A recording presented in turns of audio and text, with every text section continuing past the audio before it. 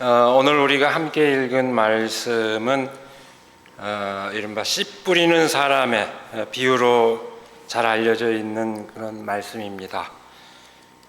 마침 계절상으로도 지난 주간에 입춘이 지났으니까 이제 제 머릿속에는 밭을 갈고 씨를 뿌려야 되겠다 생각이 떠오르는데 때마침 이 말씀을 대하게 됐습니다.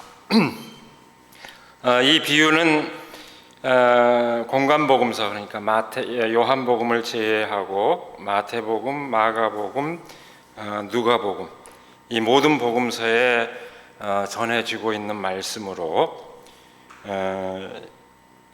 오늘 우리가 함께 읽은 이 누가복음의 말씀은 마가복음에 비해서, 그 마가복음의 말씀에 비해서 약간 간소한 형태로 전해지고 있습니다. 대개 마가복음에 간소한 원형이 나오고 그 마태나 누가의 이야기가 더 첨가되는 형태로 대개 전해지고 있는데요. 이렇게 병행하는 구절은 이 본문 말씀의 경우는 거꾸로 마가복음보다도 더 간결한 형태로 전해지고 있습니다. 근데 어쨌든 요체는 크게 다르진 않은데요. 그 요체를 다시 한번 환기해 보면 이렇습니다. 어떤 사람이 씨를 뿌렸는데 어떤 것은 길가에 떨어져 사람들에게 밟히기도 하고 새들이 쪼아 먹어버렸고, 어떤 것은 돌짝밭에 떨어져서 싹이 나기는 했지만 해가 뜨자 곧 말라버렸다. 그리고 또 어떤 것은 가시덤불 속에 떨어져서 제대로 자라지 못했습니다. 그러나 어떤 씨앗은 좋은 땅에 떨어져 싹이 나고 자라 열매를 맺었는데 100배가 되었다고 이렇게 전하고 있습니다. 여러분, 간결한 이 비유의 의미가 무엇일까요? 쭉 우리가 성경을 보면은 이 성경은 친절하게도 우리가 알아듣기 쉽게 그 비유에 대한 해설까지 덧붙여주고 있습니다. 바로 11절에서 15절까지 이어지는 말씀이 그 해설입니다. 이 해설은 이렇게 되어 있습니다. 이 해설을 보면은 길가에 뿌려지는 것들이란 말씀을 듣기는 하되 악마에게 곧바로 그 말씀을 빼앗겨 버린 사람들을 말한다고 합니다. 그 다음에 다음으로 돌짝밭에 뿌려진 것들은 말씀을 기쁘게 받아들이기는 하지만 뿌리가 없어 시련이 오면 곧바로 무너지는 사람들을 일컫는다고 합니다. 달리 말하자면 심지가 굳지 못하고 변덕스러운 그런 사람의 경우를 두고 하는 말일 것입니다. 세 번째로 가시덤불 속에 떨어지는 것들이란 말씀을 듣기는 하지만 온갖 그 세상 근심과 재물과 인생의 향락에 사로잡혀서 말씀의 결실을 맺지 못한 사람들을 말한다고 해설하고 있습니다. 끊임없이 내적으로 동요하는 사람, 말씀을 받아들이는 것 같지만 정작 마음은 딴 데가 있는 사람을 말합니다. 그런데 마침내 마지막으로 좋은 땅에 떨어진 것들은 말씀을 듣고 받아들여서 100배의 열매를 맺습니다. 마가복음은 이를 30배, 60배, 100배, 우리가 기도할 때도 늘 자주 반복을 하죠. 그렇게 얘기하고 있는데 누가복음은 아주 간결하게 딱 100배라고만 이렇게 얘기하고 있습니다.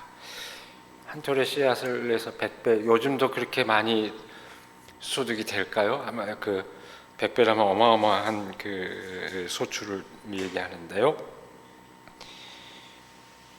상상 이상의 어떤 결과를 누리는 그런 것을 이렇게 표현하고 있습니다. 성서는 이렇게 이 비유 말씀에 이어서 그 비유를 이렇게 해설해 주고 있습니다.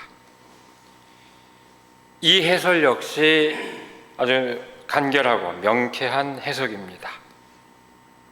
오늘날도 교회에서 이와 같이 이 해설이 끊임없이 반복되고 있기 때문에 아마 교회 생활을 꾸준히 한 사람이라면 누구에게나 다 익숙한 그런 내용일 것입니다.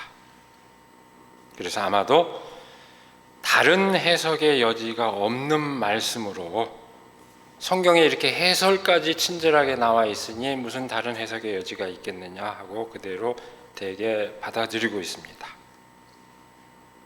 그런데 여러분, 예수님의 원래 비유와 이어지는 이 해설 사이에는 분명한 차이가 있습니다.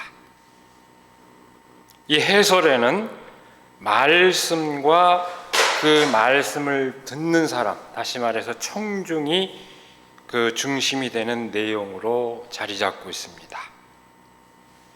말씀을 어떻게 받아들이냐 하는 것이 이 비유의 해설에서 주제가 되고 있습니다. 아마도 이 해설을 듣고 있는 우리들도 의심의 여지 없이 그렇게만 상상하고 있을 것입니다. 그리고 그렇기 때문에 이 해설의 그 영향력이 너무나 컸기 때문에 이 복음이 다른 세계에 전파될 때 씨앗과 토양이라는 이런 비유가 사람들에게 아주 익숙해졌습니다. 복음의 씨앗이 각자의 토양에서 어떤 열매를 맺게 되는지 하는 식으로 늘 사람들이 아주 익숙하게 생각합니다. 그런데 여러분, 이것은 하나의 해석입니다. 원래 비유에 대한 하나의 해석, 다시 말해서 초대교회의 선교적 상황을 반영하는 하나의 해석이라는 뜻입니다. 그 해석이 잘못되었다는 것이 아니라 하나의 해석이라는 그런 이야기입니다. 말씀, 곧 복음을 선교하던 그 사도들의 입장에서, 예수님의 이후의 일입니다. 그 사도들의 입장에서 그 복음이 곧이곧대로 받아들여지지만은 않은 그런 현실에 대한 비유로 예수님의 그 비유를 해석하고 있는 것입니다. 다시 한번 확인하지만 그 상황에서 문제되고 있는 것은 말씀, 다시 말해서 복음을 전해 듣는 청중들입니다. 이런 사람도 있고 저런 사람도 있다. 그러나 너희는 이런 사람이 되어야 한다. 이것이 이 비유 해설의 초점입니다. 성서에 이렇게 친절하게 나와 있는 이 성서 자체의 해석 때문에 오늘날에도 이 해설은 불변하는 해석으로 교회에서 받아들여지고 있습니다. 이 해설의 성격이 어떤 것입니까? 한마디로 얘기하면 교화의 차원입니다. 가르쳐서 깨우치고 그걸 순종하도록 하는 그런 내용의 차원, 거기에 초점이 있고 그렇게 받아들여집니다. 이 해설을 접하면서 사람들은 곧바로 말씀과 관련해서 나는 어떤 사람일까 하는 물음을 던지게 되어 있습니다. 여러분 그렇지 않습니까? 그 해설을 들었을 때 나는 어떤 부류에 속할까 대본에 이렇게 연상하게 되어 있습니다. 말씀을 받아들이는 여러 사람의 유형을 떠올리고 그리고 어떻게 될까요? 결론은 스스로는 맨 마지막 사람이라고 자처하면서 안위를 합니다. 나는 이런 사람일 거야. 아니라면 적어도 나는 그렇게 되어야 되겠다고 결의를 다지면서 역시 위로를 받습니다. 사람들이 다 그렇게 받아들일 때 설교자 입장에서는 정말 좋습니다. 이렇게 얘기하는데 이게 다 귀로 흘려버리고 이런 사람 다 받아들여서 삶으로 육화할 수 있다, 이런 기대를 하고 설교자는 선포하게 돼 있고 그렇게 받아들인다면 더없이 좋습니다. 그야말로 말씀에 대한 순종을 강조하고 있기 때문입니다. 그런 점에서 초기 교회 말씀을 선포했던 그 사도들의 입장을 충분히 이해할 수 있고 충분히 그렇게 해석할 수 있습니다. 그러나 오늘 본문 말씀인, 오늘 우리가 함께 읽은 이 말씀인 그 예수님의 비유는 애초에 다른 초점을 지니고 있었습니다. 성서 자체에 등장하는 초대 교회의 해석, 그리고 오늘날 교회에서 받아들여지고 있는 그 해석이 꼭 왜곡이라고 할 수는 없지만 본래 비유의 초점을 좁혀서 해석하고 있는 것입니다. 오늘 예수님의 말씀은, 오늘 우리가 읽은 이 예수님의 말씀은 무엇보다 하나님 나라의 비밀을 이야기하는 맥락에서 나온 것이라는 것을 환기해야 됩니다. 예수님의 모든 비유의 초점은 하나님 나라는 이런 것이다, 이것을 일깨워주기 위한 이야기의 한 형태입니다. 이 비유는, 오늘 우리가 읽은 이 비유의 말씀은 하나님 나라의 어떤 속성을 얘기하고 있습니다. 말씀과 청중의 관계라는 그런 제한된 의미가 아니라 보다 근원적인 하나님 나라에 관해서 말씀하고 있는 것입니다. 우리가 보고 있는 대부분의 성서 번역본에 그 소 제목이 되게 붙어 있죠. 그래서 씨 뿌리는 사람의 비유 이렇게 되어 있어서 이미 그 제목 자체가 하나의 그 해석을 함축하고 있기는 합니다. 그러나 원래 예수님께서 선포하신 말씀이 비유인 것이 틀림없다면 그 비유에 등장하는 소재들이 각각 어떤 의미를 지니고 있는지는 중요하지 않습니다. 결정적이지 않습니다. 예를 들어서 씨 뿌리는 사람이 주인공인지, 씨가 핵심인지, 아니면 그 씨가 떨어지는 땅이 중요한지, 또는 그 토양이 중심인지 하는 것이 중요한 것은 아닙니다. 원래 비유라고 하는 것은 이야기 전체를 통해서 한 가지 진실을 일깨우는 성격을 지니고 있습니다. 그러니까 제가 성경 공부할 때 늘 얘기를 했습니다마는 비유라고 하는 것은 사람들이 알아듣기 쉽게 하는 이야기의 한 형태입니다. 그리고 그 비유는 딱 한 가지의 초점을 가지고 있을 뿐입니다. 그것이 비유의 성격입니다. 근데 반면에 역사적으로 그리고 교회에서 많이 행해지는 해석 방식은 소위 영적인 해석이다. 그걸 원래 일반적인 얘기를 하자면 우화로 해석을 하는 겁니다. 비유가 아닌 우화로. 그런 이야기 방식으로 이렇게 보는데, 그렇게 보는 게 어떤 차이가 있느냐? 모든 그 이야기에 등장하는 요소 하나하나를 다 주목하고 그것이 특별히 교훈적인 의미를 지니고 있다. 우리가 잘 아는 착한 사마리아 사람 얘기 있죠? 내 이웃이 누구냐 하는 그 딱 한 가지 초점을 갖고 있는 얘기인데, 거기서 어떻게 되죠? 유명한 아우구스티누스가 다 해석을 한 겁니다만은 강도 만난 사람들은 우리 사람들을 얘기하고 그 다음에 여관은 교회를 얘기하고 동전두님은 신약과 구약을 얘기하고 내가 다시 오겠다 이렇게 여관 주인에게 얘기한 것은 다시 예수님의 재림을 뜻한다, 이런 식으로 해석하는 것, 굉장히 그럴듯해 보입니다만 그것이 소위 알레고리, 영해입니다. 영적인 해석입니다. 그리고 많은 교회에서 목사님들이 해석하는 방식입니다. 그러나 그것은 비유를 해석하는 방식은 아닙니다. 비유는 착한 사마리아 사람의 경우에서처럼 내 이웃이 누구냐, 다른 어떤 사람이 아니고 그 선을 행하는 사람, 바로 그 사람이 내 이웃이다 하는 그것을 일깨워주고 있을 뿐입니다. 그러니까 이 소위 영해라고 하는 것은 다양한 요소들의 어떤 의미를 부여하고 해석을 하고 있으니까 그 이야기를 훨씬 더 풍요롭게 해석하고 있는 거 아니냐, 이렇게 생각하기 쉽습니다. 그렇게 보이지만 사실은 이 영예에 하나의 전제가 있습니다. 특정한 교리를 전제하고 있기 때문에 그 교리적 전제에 짜 맞춰서 그렇게 해석하는 방식이라는 점에서 오히려 그 의미를, 사실은 영해는 대부분 그 의미를 좁혀버립니다. 본래 비유의 맥락과 떠나서 자기가 하고 싶은 얘기를 그 이야기를 통해서 얘기하는 게 대개 영해의 대부분의 특징입니다.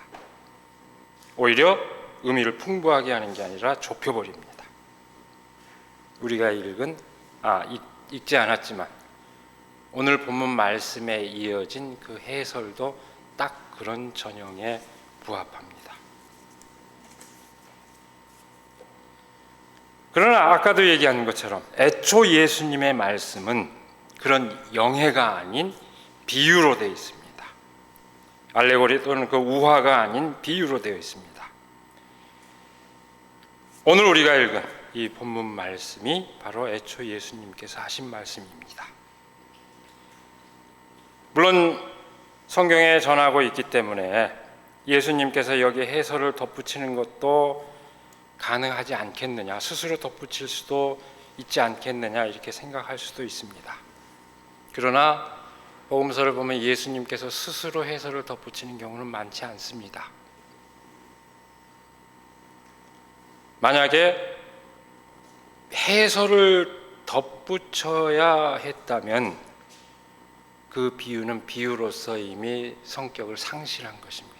여러분, 개그를 했는데 개그에 대해서 설명을 하면은 그 개그는 개그로서 자격을 상실합니다. 그럼 김이 빠지죠.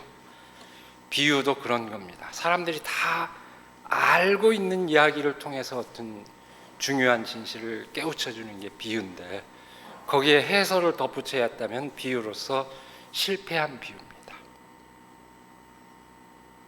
게다가 여기 여러분, 우리가 이렇게 원문을 대하고 있는 게 아니기 때문에 우리가 오늘 쉽게 분별하기는 쉽지 않지만 주석에 따르면은 원래 예수님의 이 비유 말씀과 해설에서는 용어의 차이도 많이 있는 것으로 주석가들은, 성서학자들은 분석하고 있습니다.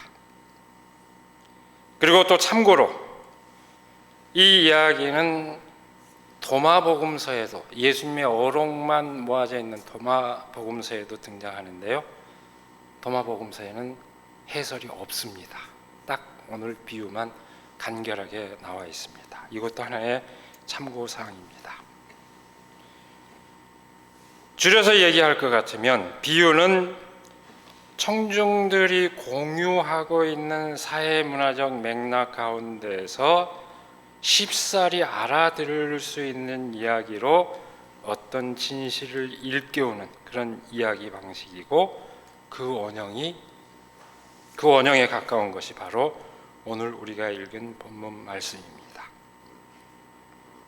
바로 그 점에서 오늘 본문 말씀의 비유가 선포된 그 사회문화적 맥락을 우리가 유의할 필요가 있습니다. 오늘 이 본문 말씀의 예수님의 비유는 1세기 팔레스타인에서 농사를 짓는 그 방법을 전제로 하고 있습니다. 여러분, 비유를 볼 때 우리의 사회문화적 맥락에서 판단하면 좀 이상한 점이 있지 않나요?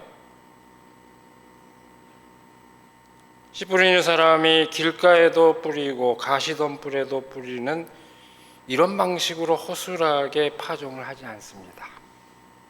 근데 왜 이런 이야기가 등장할까요? 그것은 1세기 팔레스틴에서 파종 방식을 전제로 하고 있기 때문입니다.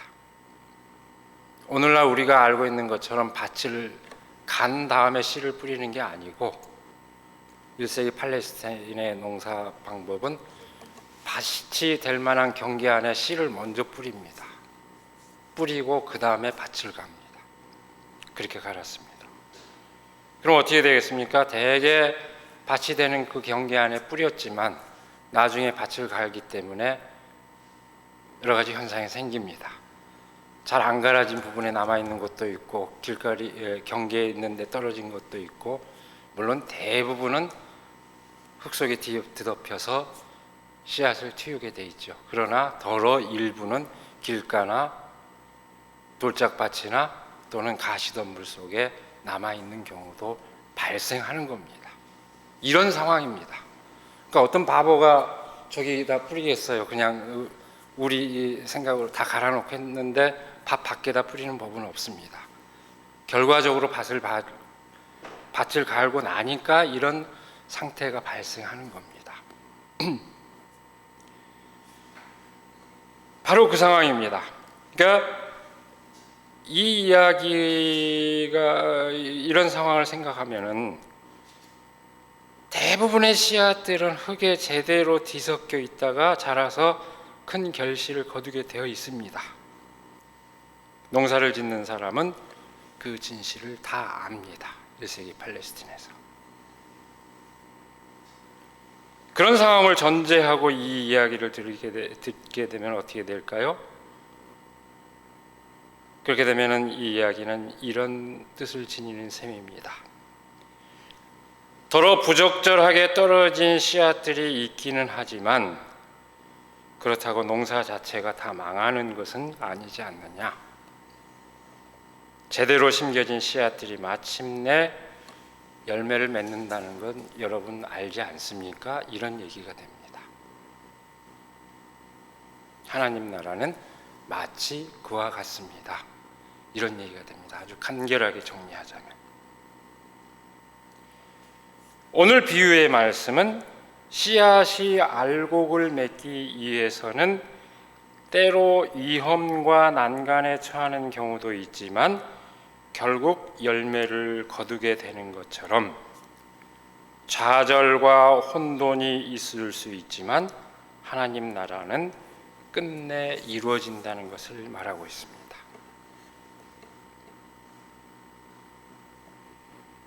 바로 이것이 오늘 말씀, 예수님의 비유의 초점입니다. 달리 그 의미를 얘기하자면 하나님 나라에 대한 확신, 그것이 바로 오늘 말씀의 초점입니다. 이것은 예수 그리스도 자신의 확신 선언이며 동시에 그 비유를 듣는 청중들에게 그 확신을 심어주기 위한 것입니다. 농사를 짓는 사람이라면, 당시 팔레스틴에서죠, 그 농사를 짓는 사람이라면 다 아는 사실을 통해서 예수님은 하나님 나라를 이야기하고 계신 것입니다. 이 비유와 아까 얘기했던 그 비유 해설 사이에 또 잠깐 건너뛰는 이야기가 있죠. 건너가는 이야기가 있죠. 하나님 나라의 그 비밀을 잘 알지 못하는 사람들이 있다는 그 언급은 예수님 당시의 그 청중에게 해당하는 소리가 아니라 초대교회의 청중에게 해당하는 이야기입니다. 그러니까 사도들의 상황인 거죠. 그렇게 징검다리를 놓고 해설을 들어가는 겁니다. 암만 목이 터져라 외쳐도 받아들이지 않는 사람들이 있어서 사도들은 안타까워했고 그 상황을 기록하고 있는 것입니다.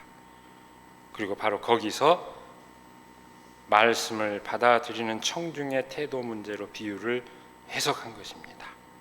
그러나 이 비유의 본래 뜻은 결코 거기에 있는 게 아니고 결코 좌절될 수 없는, 포기될 수 없는 하나님 나라에 대한 확신에 있습니다. 그 확신을 말하는 사람 곧 예수님의 확신이며 동시에 청중을 고무시키는 그런 확신이었습니다. 따라서 여기에서는 원래 비유의 상황에서는 능동적으로 말씀을 선포하는 사람과 수동적으로 그 말씀을 받아들이는 청중의 이분법이 전제되어 있지 않습니다. 내 말을 들어라, 이렇게 예수님은 얘기하고 있는 것이 아니고 여러분들 알고 있지 않습니까? 이 사실을 하나님 나라는 이와 같습니다. 이렇게 얘기하고 있는 겁니다. 농사 한두 번 지어봅니까? 바로 그겁니다. 그 얘기가 됩니다. 그렇게 해서 그 확신을 일깨우는 것입니다. 그 믿음을 결국 같이 지키자, 그런 얘기가 됩니다. 믿음을 강요하는 것이 아니라 그 믿음을 여러분들이 일상의 삶 가운데서 알고 있는 진실을 통해서 다시 깨닫는 그 믿음을 우리가 같이 지킵시다, 그런 얘기입니다. 그것을 확인하고 그것을 나누는 것입니다. 수없이 많은 장애물들과 난간이 있지만 그래도 씨앗이 열매를 맺는다는 진실, 그것을 확인하고 나누는 것입니다. 그러면 이 이야기를 받아들이는 사람들은 어떻게 될까요? 아까도 했습니다만 해설에 따를 것 같으면 이런 사람도 있고 저런 사람도 있는데 나는 이런 사람이니 얼마나 다행인가 하고 이렇게 받아들일 것입니다. 그런데 본래 비유의 취지, 하나님 나라는 이렇습니다 라고 얘기한 그 본래 취지에 따를 것 같으면 이렇게 받아들일 겁니다. 어떻습니까? 여러분 상상해 보시기 바랍니다. 살다 보면은 이런 일 저런 일 다 겪지만 우리가 뜻하는 바 목적을 위해서 정진하면 끝내 그 일이 이루어진다, 그 진실을 깨닫게 되는 겁니다. 이런 사람도 있고 저런 사람도 있는데 나는 이런 사람이다가 아니라 우리가 살다 보면 모두 공통된 상황입니다. 사람을 살다 보면 이런 일 저런 일 다 겪지만 끝내 우리가 정진할 때 그 목적을 이룬다라는 그 내용을 모든 청중이 공감하게 된 것입니다. 그걸 깨닫고 다시금 마음을 가다듬게 됩니다. 바로 이런 의미에서 본래 이 본문 말씀, 예수님의 비유는 하나님 나라를 향한 믿음을 갖고 살아가는 모든 사람들에게 주는 위로의 선언이요, 동시에 확신의 선언입니다. 우리 삶이 어떻습니까? 우리는 살아가면서 때로는 성취감을 맛보기도 하고 때로는 좌절감을 맛보기도 합니다. 우리 가운데는 원하는 목표를 이루어 인생의 성취감을 맛본 그런 경험을 간직하고 있는 사람도 있습니다. 그러나 아픔과 좌절감을 느끼는 사람들 또한 있습니다. 또한 우리 한 사람 한 사람은 그 누구로부터 도움을 받지 못하는 가운데 그야말로 길가에 떨어져 짓밟히거나 쪼임을 당하고 있다고 느끼는 그런 경우도 있습니다. 또는 잘 해보려고 발버둥을 치지만 돌짝밭에 떨어진 씨앗처럼 따가운 햇볕에 사그라드는 것과 같은 그런 경험을 하기도 합니다. 뭔가를 이루려고 애써 보았지만 가시덤불처럼 엉키고 꼬인 세태 때문에 좌절을 경험할 수도 있습니다. 그러나 어떠한 난관과 장애물이 있더라도 하나님 나라는 이루어진다 하는 이 예수님의 확신 선언은 우리를 다시 일으켜 세워줍니다. 수없이 그런 난관을 우리가 경험하고 있지만 이 말씀은 우리를 그런 난관에 처해 있는 우리를 다시 일으켜 세워줍니다. 100배의 열매를 거둘 수 있는 그런 그 결과를 맞이하는 그런 삶의 소망을 다시 확신시켜 줍니다. 이것은 비단 개인적인 삶의 소망만은 아닙니다. 사회적으로 이루고자 하는 소망 또한 마찬가지입니다. 우리는 역사로부터 교훈을 통해서 알지 않습니까? 끊임없이 역사가 질곡 속에 있는 것 같지만, 도도하게 흐르는 그 역사의 흐름, 끝내 더딘 것 같지만 한 걸음 한 걸음 나아가서는 그 역사의 의미를 또한 우리는 깨닫습니다. 바로 그 소망의 확신을 함께 나누고 함께 키워나가는 우리들 한 사람 한 사람이 되기를 바랍니다. 우리의 교회가 그 소망을 나누고 그야말로 더불어서 용기를 얻는 그런 공동체가 되기를 시간에 간절히 기원합니다. 기도하겠습니다. 오늘도 우리에게 복된 날을 허락하여 주시고 말씀의 진실을 새김으로써 또 새로운 삶의 용기를 지니게 하여 주신 그 은혜를 감사드립니다. 우리는 살아가면서 여러 가지 많은 난관을 겪습니다. 때로는 어째서 나에게만 이런 일이 벌어지는지 탄식할 때도 있습니다. 우리 모든 사람들이 경험하는 그 삶의 현실 앞에서 우리가 오늘 말씀의 진실을 다시금 새깁니다. 우리가 겪어왔고 또 겪을 수 있는 여러 가지 어려움과 고통이 있을 수 있지만 그 가운데서 진정으로 하나님 나라에 대한 소망을 저버리지 않을 수 있도록 우리를 인도하여 주시옵소서. 진실로 그 말씀의 뜻을 새기는 가운데 우리가 새로운 삶의 용기를 누리고 앞으로 나아갈 수 있도록, 그리고 이 교회가 더불어 서로 격려하며 서로 위로를 나누며 그 가운데서 용기를 또한 나눌 수 있도록 하나님 함께하여 주시옵소서.